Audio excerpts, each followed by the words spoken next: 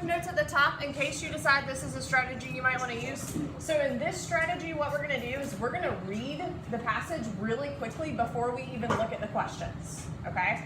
So I'm going to make a couple notes at the top of what you might want to do if this is the strategy that you choose to do on the test. So first thing is I like to underline important info. If you have me for English, you've seen this before. So underline important info. If I have a word that I'm not sure about, or if they ask me about a word, I'm usually circle that. So circle unknown words. And then I box key names, dates, and terms so that I can get back to them really, really quickly. And we'll see kind of how that comes up in the questions for today. So this is my strategy. You might have your own different strategy. If you're in another English class, you might have used another annotation strategy in that class. That's fine. Do what works for you. I'm just showing you an example of how you can do it here. All right, wait. Yeah. What's that say in that little bitty circle? Unknown words. Oh. All right, we're gonna number the paragraphs really quickly so that we know exactly where we're gonna go back to for certain questions. So we should have 7 paragraphs numbered. Okay, so as we go through this, we are going to underline anything that we think is important, and then we are going to circle unknown words, box key dates, terms, and names. So really quickly, I'm going to do the first couple of paragraphs with you guys, and then I'm going to get you guys to do the last couple of paragraphs. So paragraph 1.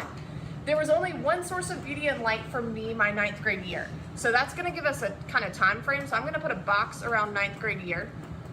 The only thing I had anticipated at the start of the semester, that was seeing Eugene.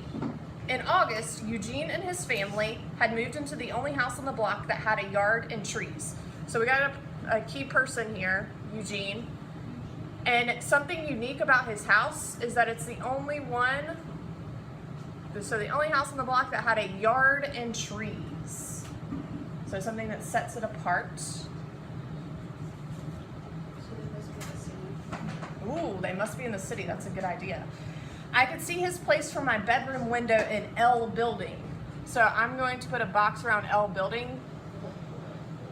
And I'm thinking, like, as I read that L building, what do you guys think the L is for? Like, what's your name? Spanish? It sounds Spanish, right? So I'm going to put a note off to the side that maybe that's an indication that it's something to do with Spanish. In fact, if I sat on the fire escape, I was literally suspended above Eugene's backyard. It was my favorite spot to read my library books in the summer. Okay, so our narrator's a reader. Until that August, the house had been occupied by an old couple. Over the years, I'd become part of their family without their knowing it, of course. I had a view of their kitchen and their backyard, and though I could not hear what they said, I knew that when they were arguing, when one of them was sick, and many other things. I knew all this by watching them at meal times. So this person just sits on their little balcony and watches this family, these 2 old people, while they eat their meals. But by watching, they're learning a bunch about them. So I'm going to put off to the side that our narrator seems to be really observant. Or a stalker. But stalkers are sometimes observant people. I could see their kitchen table, the sink, and the stove. During good times, he sat at the table and read his newspapers while she fixed the meals. If they argued, he would leave and the old woman would sit and stare at nothing for a long time. When one of them was sick, the other would come and get things from the kitchen and carry them out on a tray. The old man had died in June, so it's gonna probably be kind of important. The house had stood empty for weeks. I had to resist the temptation to climb down into the yard and water the flowers the old lady had taken such good care of. So I'm going to underline this because I feel like that's pretty important about our narrator. She wanted to continue taking care of those flowers even once the people were gone. So that might tell us something about her.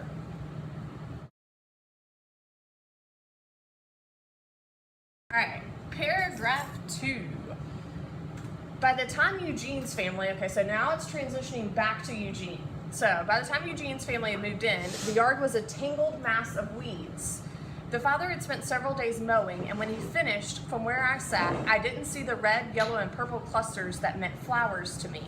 Okay, so the narrator, I'm going to underline that because that's comparing what they just told us. She just told us about how she had wanted to go down and water the flowers, and she associated the flowers with the old people, and now we're seeing how Eugene's, and I'm going to call him E because I don't feel like writing his whole name, how E's family is different, and I'm going to put diff because I'm not writing the whole word, than oldies. That's what I'm going to call the old people because I don't want to write it all out. So how E's family is different than the older people. So they ask us a question, comparing them, we know that we're going to come right back to this spot. I didn't see this family sit down at the kitchen table together. It was just the mother, a red-headed tall woman who wore a white uniform. The father was gone before I got up in the morning and was never there at dinner time. I only saw him on weekends when they sometimes sat on lawn chairs under the oak tree, each hidden behind a section of the newspaper. And there was Eugene. He was tall and blonde and he wore glasses. I liked him right away because he sat at the kitchen table and read books for hours. So Eugene is also a reader, right? So our narrator's a reader and Eugene's a reader.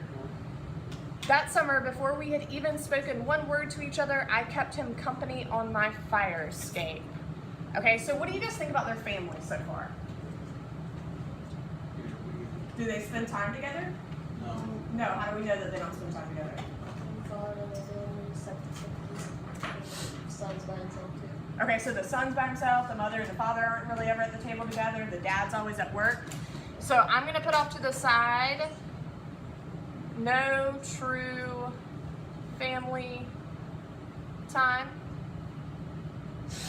So if they ask us a question about family and spending time together, we'll know exactly where in the text we can find a good answer to that.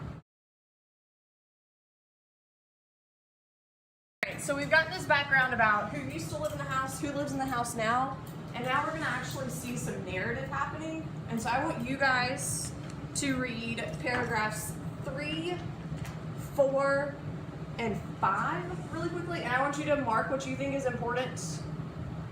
So if you see key names, dates, or terms, box them, underline anything you feel is important, or you can just mark it whatever way works best for you. But I do want to see that you've marked these 3 paragraphs in some sort of way.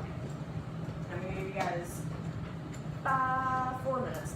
They're not long paragraphs. So 4 minutes, mark these 3 paragraphs, annotate them in a way in which I can tell that you're interacting with it, that you're reading it.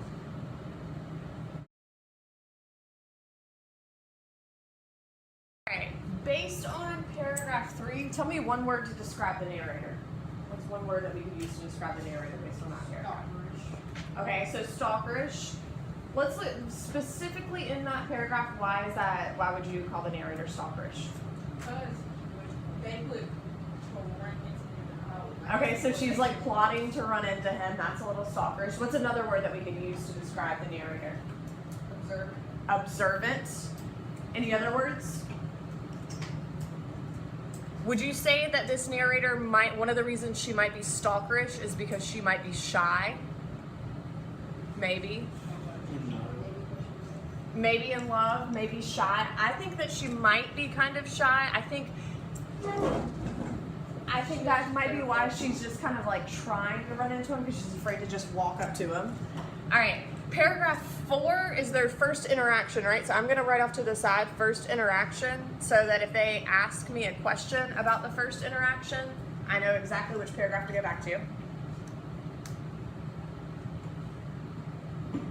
And then in paragraph 5, she told us a little bit about her feelings about the fact that she kind of is being stalkerish, and she said that she felt dishonest, but that she liked the secret sharing of his evenings.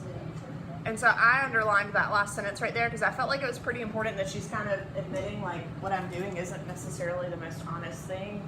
I'm keeping this secret from him, but I'm like creepily watching him. All right,